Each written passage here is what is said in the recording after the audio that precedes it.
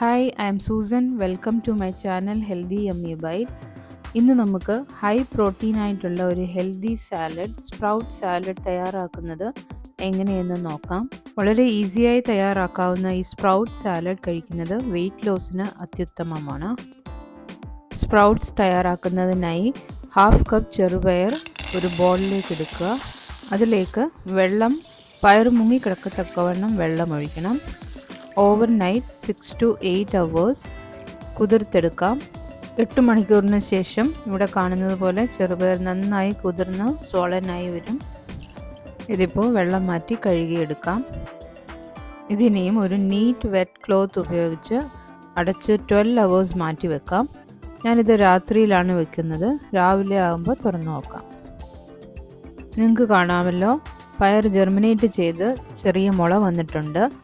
ഇതിനെയും കുറച്ചുകൂടെ വലുതാകണം. അതിനായി മൂടി വെക്കാം. ഞാനിത് തുണിയിൽ കെട്ടി വയ്ക്കുന്നു. ഇടയ്ക്ക് 2 പ്രാവശ്യമെങ്കിലും തുണിയിൽ വെള്ളം ചെറുതായി സ്പ്രിങ്കിൾ ചെയ്യാൻ ശ്രദ്ധിക്കണം. ഒരു ദിവസം അല്ലെങ്കിൽ 24 hours കഴിഞ്ഞിട്ട് നമുക്ക് തുറന്നു നോക്കാം. ഇവിടെ കാണാൻ നിങ്ങൾക്ക് നന്നായി വലുതായിട്ടുണ്ട്. മുള 1 ഇഞ്ച് നീളത്തിൽ വന്നിട്ടുണ്ട്. കൂടുതലായി വലിയ മുള വേണമെങ്കിൽ 1-2 ദിവസം കൂടെ ഇതുപോലെ തുണിയിൽ കെട്ടിവെച്ച് വെള്ളം തളിച്ചു കൊടുത്താൽ മതി. ഇത് നന്നായി കഴുകി വൃത്തിയാക്കിയെടുക്കാം.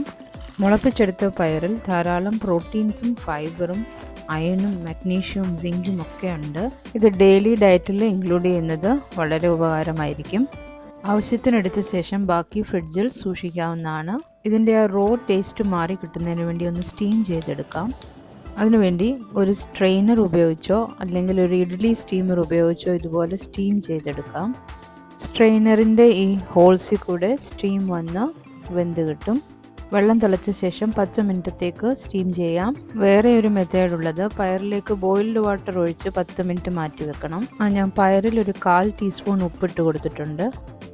പയർ സ്റ്റീം ചെയ്ത് വരുന്ന സമയം കൊണ്ട് വെജിറ്റബിൾസ് കട്ട് ചെയ്ത് റെഡിയാക്കാം. ഞാനിവിടെ ഒരു കുക്കുംബർ, ഒരു ഒണിയൻ, ഒരു ക്യാരറ്റ്, ഒരു ടൊമാറ്റോ എല്ലാം ചെറിയ ക്യൂബുകളായി കട്ട് ചെയ്തെടുത്തിട്ടുണ്ട്. 10 മിനിറ്റായി. നമുക്ക് തുറന്നു നോക്കി പയർ വെന്തോ എന്ന് നോക്കാം. പയർ ആവശ്യത്തിന് വെന്തിട്ടുണ്ട്. ചെറിയതായി സോഫ്റ്റ് ആയാൽ മതി, വെന്തോടെ ഉണ്ട. കുറച്ച് തണുത്ത ശേഷം ഇത് ഒരു സലാഡ് ബൗളിലേക്ക് മാറ്റാം.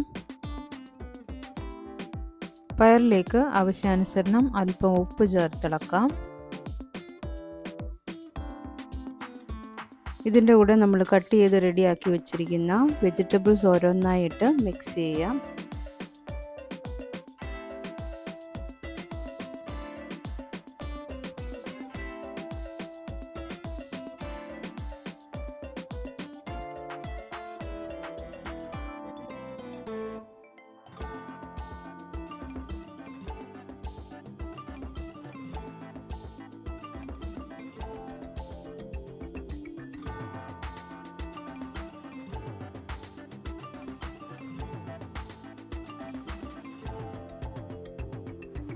ഒരു അനാറ് കൂടെ പൊളിച്ച് അരിയെടുക്കാം. ഒരു ചെറിയ സ്വീറ്റ്നെസ്സും നല്ല കളറും ഒക്കെ ആകുമ്പോൾ ഒന്നുകൂടെ എല്ലാവർക്കും കഴിക്കാൻ നല്ല താല്പര്യമാകും.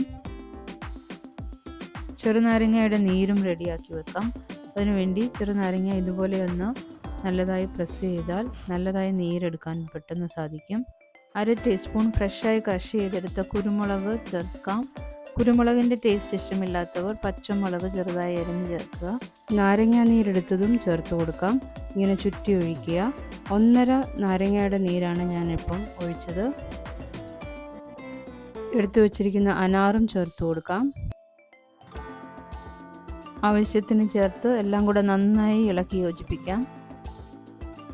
എന്ത് ഭംഗിയായിരിക്കുന്നല്ലേ കാണാൻ. നല്ല കളർഫുൾ സ്പ്രൗട്ട് സാലഡ്. നല്ലതായി ഇതുപോലെ ടോസ് ചെയ്തെടുക്കുക. നാരങ്ങയും കുരുമുളകും എല്ലാം എല്ലായിടത്തും ഒരുപോലെ ആയി കിട്ടട്ടെ.